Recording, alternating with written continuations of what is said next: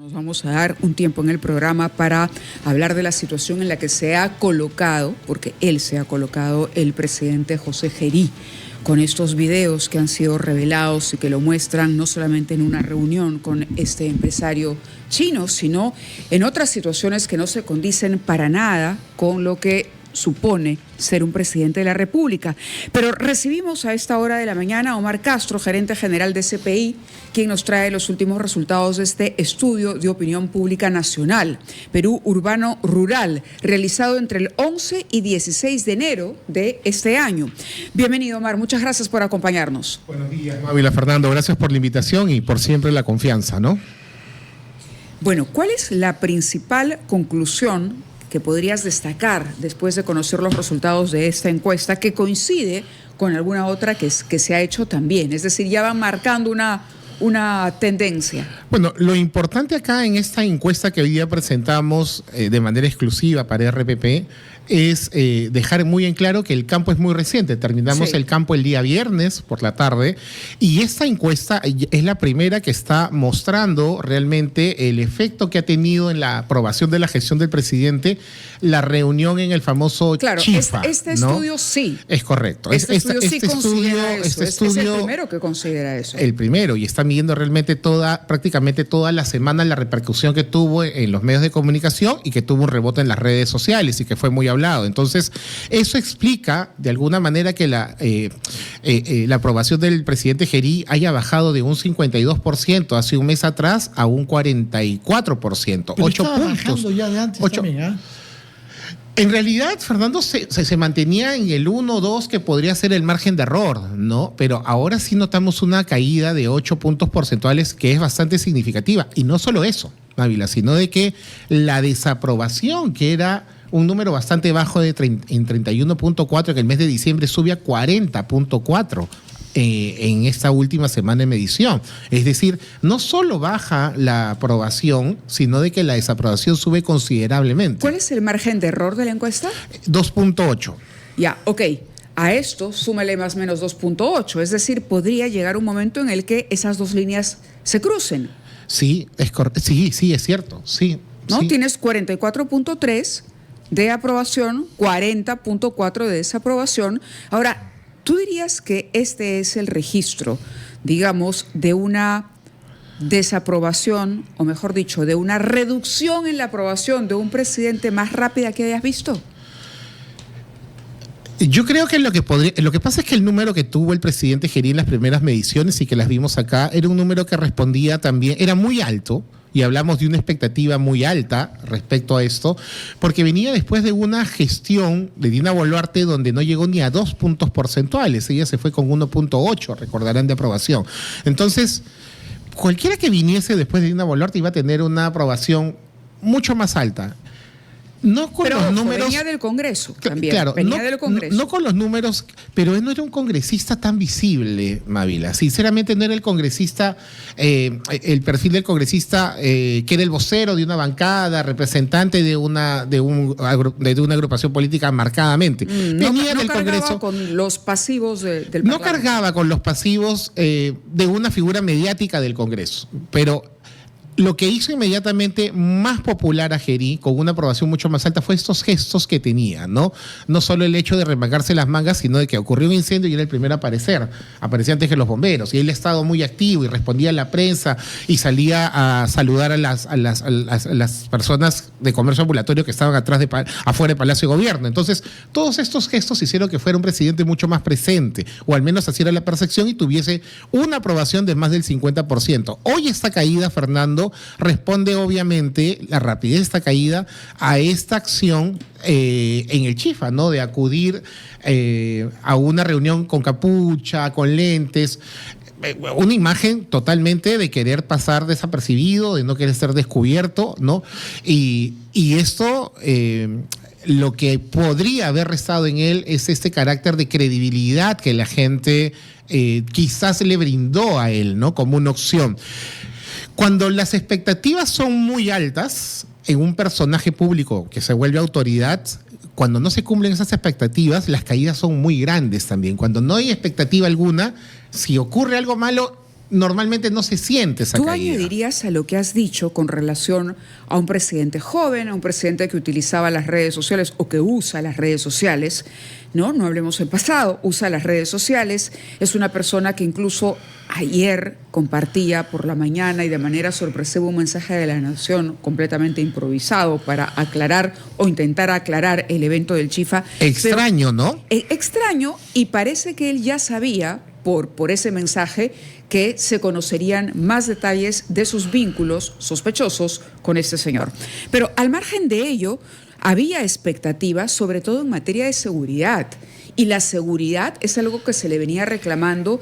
¿Tú dirías que la ciudadanía había sido bastante paciente con Gerí para entender que tenía poco tiempo en el gobierno y para tratar, de darle un tiempo mayor, con paciencia, una paciencia mayor también, a que cumpla con resultados efectivos y eficientes en la reducción del crimen? Yo creo que eso solo se responde únicamente con el alto nivel de aprobación que él tenía. Yo creo que la población sí existía una expectativa y sí le iba a dar el tiempo suficiente quizás para que él mostrase alguna efectividad en las acciones que estaban tomando, sobre todo respecto al tema de la inseguridad ciudadana.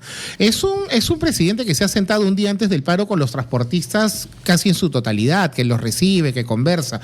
Eso ya es un gesto. Obviamente, la famosa luna de miel de la que muchos hablan iba a terminar en algún momento. Fundamentalmente, cuando no se vean resultados en la toma de decisiones del presidente. Que es lo que estamos viendo, lamentablemente. Es correcto. Esto, Fernando, va a lo que tú dices. Obviamente, esta caída de casi 10 puntos porcentuales responde a esta situación en la cual quizás muchos no pensaron iba a caer el presidente Gerí, ¿no? Permítenos una pausa y yo después de ella quisiera que nos contestes a dos cosas. Una de ellas, hay una diferencia grande entre el apoyo que tiene en Lima y en algunas otras regiones.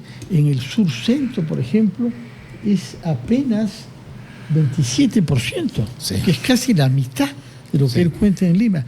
Y luego el margen de los que no precisan, no están ni a favor ni en contra, es superior al del 15%. Sí, es muy alto. Ante un resultado que hay que tomar en cuenta. Y eso de alguna manera responde también, vamos a ver luego, a la intención de voto presidencial, ¿no? Estamos conversando con el señor Omar Castro, que es el gerente general de CPI, una empresa de encuestas, la primera que sale después del incidente famoso en el Chifa, que ha producido tanto impacto por parte del comportamiento del presidente José Gerí.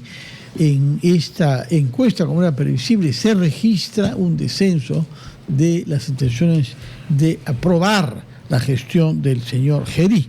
Pero yo quería preguntarle, más allá de un promedio nacional en baja, las diferencias que hay a nivel nacional, puesto que el apoyo en Lima y Callao sigue siendo de 50%, 10% más que en el interior del país, pero específicamente 23% más que el escaso 27% que tiene la Sierra Centro y Sur. ¿Qué ha pasado con su campaña en la Sierra Centro y Sur para que tenga casi la mitad de lo que cuenta de apoyo en Lima? Hay que entender, Fernando, y eso va muy... Hay que saber que estamos en un periodo electoral, ya en una campaña política electoral que ha empezado y donde las personas opinan ya respecto a aprobaciones de gestión, pero pensando también en lo que viene, Fernando, ¿no? Y el sur del país, la Sierra Centro-Sur del país, realmente tiene un voto siempre mucho más en bloque, ¿no? Cuando se habla de intención de voto, pero también es donde se está sintiendo mucho más la brecha social que existe en cuanto a lo social, ¿no?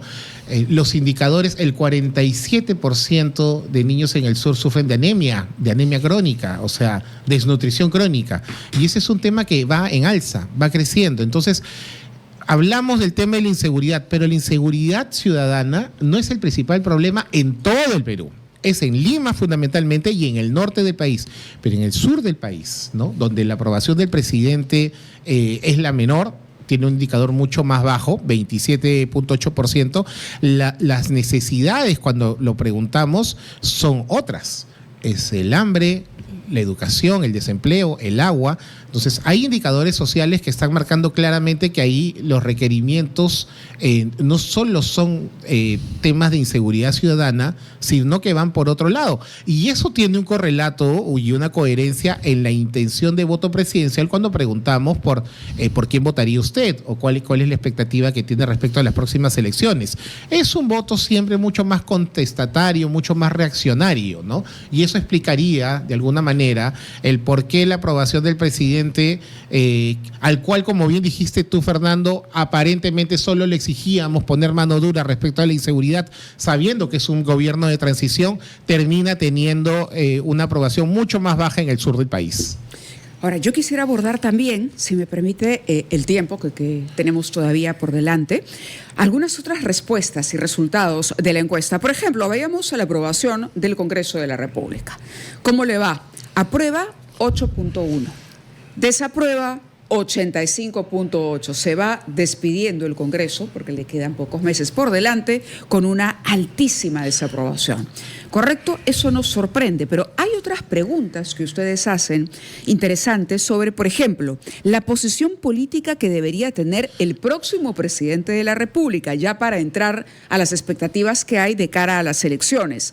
Izquierda extrema, ¿debería ser el presidente de izquierda extrema? 1.3. Moderada, izquierda moderada, 8.1. Un presidente de centro, 28.1. Un presidente de derecha moderada, 28.4. Un presidente de derecha extrema, 3.1. No precisa, altísimo también, 31%. Pero interesante que haya un centro-centroderecha muy contundente, porque si sumas ambos, estamos hablando de 56.5%. Mávila, y no solo eso, sino que mira los números, la segmentación en la sierra y centro-sur del país, ¿no? Donde suelen aparecer, o en las últimas elecciones han ganado candidatos de izquierda. Hay que preguntarnos los por qué.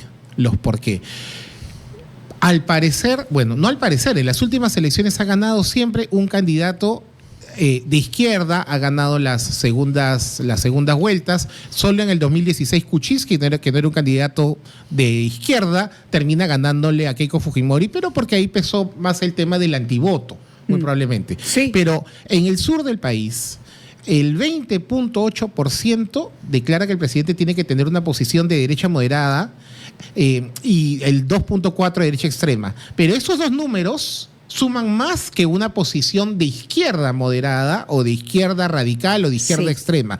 Eso marca eso nos da una respuesta muy clara. Hay gran parte del país que tiene carencias, muchas carencias todavía sociales, materiales. Solemos hablar constantemente de la pobreza monetaria, pero también hay una pobreza multidimensional que se refiere a la escasez de recursos o la imposibilidad de tener los recursos necesarios como agua, desagüe, el tema de la habilitación, que pueden tener, porque existen yacimientos mineros, dinero en el bolsillo, pero no tienen ese acceso a estos servicios básicos. El acceso que tienen más grande es el Internet, pero es porque las compañías privadas han invertido mucho dinero en crear estas infraestructuras en antenas. Pero miles de hogares, por no decir millones de hogares en el país, pueden tener un celular con data, pero no tienen agua potable, no tienen desagüe, no tienen una posta médica de calidad. Esa es una tarea. Demandas en relación a lo que ha preguntado Mávila Huertas. Extrema izquierda, expectativas 0.0. Es bien raro que hay una encuesta en donde 0.0, pero pongo en relación este tema generacional con otro, que es el apoyo a Gerí, para regresar a eso. El apoyo a López Aliaga es mucho mayor entre los jóvenes que entre los que tienen más de 40 años. Voy a terminar la idea rápidamente. ¿Qué es lo que pasa acá? Que la población, millones de peruanos, que quizás eligieron a Pedro Castillo en el 2021, terminan hablando de una opción antisistema, pero vuelvo a repetir, una opción antisistema no es necesariamente una opción de izquierda ni radical.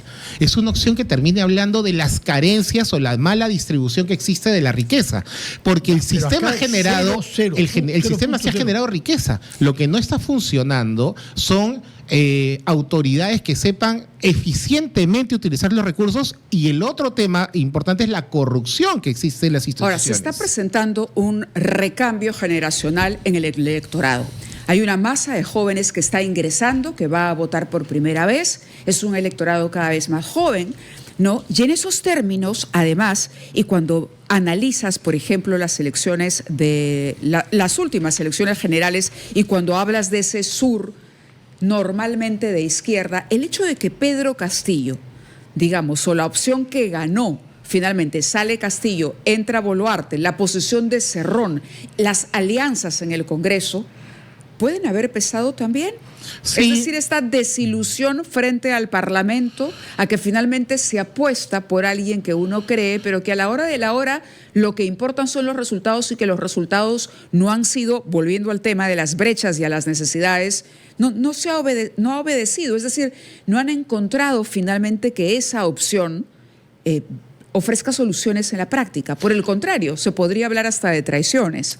Es correcto, puede haber desilusión, decepción, traiciones, y eso se ve ya en el análisis, en la intención de voto que hoy día también presentamos acá, donde el candidato más fuerte en el sur del país, o que tiene hoy mayor intención de voto, es Rafael López Aliaga, que tiene 10.1% de intención de voto en el sur del país. Nos preguntaríamos cómo un candidato que entre comillas es catalogado de derecha hoy esté liderando la intención de voto en el país. Puede ser porque López Aliaga es un candidato que muchos reconocemos puede ser de derecha, de una posición de derecha, pero suele hablar constantemente y tiene un discurso antiempresarial, antimonopolio, se va contra los bancos, se va contra los grupos de poder, y comienza a hablar de la pobreza. Y comienza a hablar de las brechas sociales. Ante el vacío de un candidato de izquierda, que siempre utilizan un discurso mucho más romántico, ¿no? El sur y otras regiones del Perú pueden ver ya otros candidatos, no necesariamente de izquierda, que empiecen a hablar de las reales necesidades de la gente. Ahí podría entrar un candidato como López Aliaga, que hoy está con 13.6% de intención de voto nacional, y que prácticamente Fernando Mávila consideramos que podría estar a 2-3 puntos de pasar a la segunda vuelta, porque acá los candidatos que van a pasar a la segunda vuelta están alrededor de del 15% de intención de voto, tendrían que llegar al 15% de intención de voto. La número 2 tiene solamente 7.1. ¿Perdón? La número 2 de intención de voto es Keiko Fujimori, que tiene 7.1, está más bien cerca de no pasar la valla, ¿no? Con 7.1 podrías decir que no solo está a la mitad de la intención de voto del primer lugar, sino que está más cerca de la valla, de ver si pasa la valla del 5%, de ver si pasa a segunda vuelta. Esa es la realidad, esa es la foto de hoy. El tercer lugar es Mario Vizcarra, que tiene una baja en la intención de voto, producto quizás de todas estas 2 semanas en la cual se tachó no se permitió su candidatura, y recién hace pocos días, el mismo día que nosotros hemos terminado el campo, se le admitió y se declaró fundada su apelación, o sea, está en carrera, tiene 4.4. Carlos Álvarez también, que tiene una caída, 3.9%, es el cuarto lugar, que también tuvo en la semana un cuestionamiento por una sentencia que no declaró, ¿no? Y que él ha tratado de aclarar en redes. César Acuña con 3.7%, Alfonso López Chau con 3.1%, José Luna Gálvez de Podemos con 4.7%. Esta es una subida que hay que verla, sobre todo cuando analizamos el sur del país. En el sur. El sur del país. Ojo con eso, porque ahora voy a explicar un poco esto. George Forsyth con 1.8, Johnny Lescano con 1.2, bueno, otros con 9.2, el blanco viciado 18.8, que ya está en su número, porque en las primeras vueltas históricamente el blanco viciado es entre 17 y 19%. Correcto. Y él no sé, el indeciso, 30.5%. 30.5%, que es el que se va a distribuir. Se va a distribuir, efectivamente. Y acá en 30.5 podrían haber hasta 2 candidatos que salgan de la nada, que terminen pasando a segunda vuelta, solo analizando números. El tiempo nos ha vencido. Yo quisiera una brevísima palabra sobre los resultados de las intenciones de votos municipales, porque aparecen ahí 3 candidatos punteros y un cuarto seguido que sigue ellos, que es Tejada de Acción Popular, que curiosamente el partido no participa en las generales, pero sí en las municipales con una persona como él con 6.5, por supuesto que es la mitad de lo que tienen quienes lo ganan, Francis Allison, Carlos Bruce y Renzo. Es una elección que todavía la tenemos en octubre de este año, pero sí, Renzo Reyardo, el actual alcalde de Lima, encabeza con 20.8, Carlos Bruce, 17.1, el alcalde Surco, Francis Allison, el alcalde de Magdalena, 11.8, Alberto Tejada con 6.5, Richard Acuña con 5.3, Néstor de la Rosa con 3.1, Sofía Franco con 1.3.